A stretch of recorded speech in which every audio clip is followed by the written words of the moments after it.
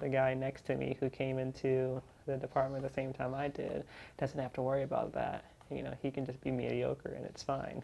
If I'm mediocre, it's an issue. So I have to be 10 times better.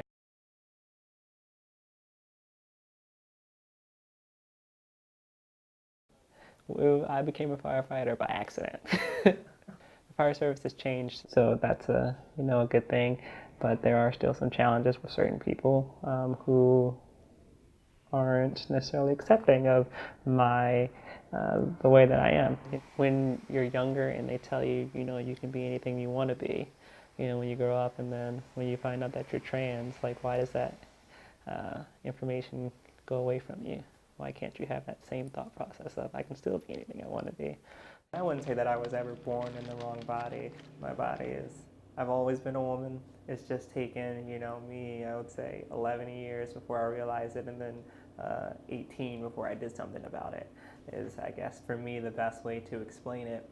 In a service, in a department, in a place of work where it's been notoriously and historically one way, and to try and break that stigma, it's hard. You see it, I see it every day. But there are still some challenges with certain people who you can see where they grit their teeth when they're talking to me. If you're the person putting out the fire, you're thinking, okay, I gotta get dressed. I gotta make sure that I have my face piece on, make sure I have my hood on, make sure all of my gear is on correctly so that I don't get burned.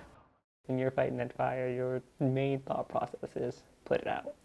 When I get that opportunity because of what I do for a living, and there's no longer that stigma of, trans people can't do this job, but it's like, yeah, we can.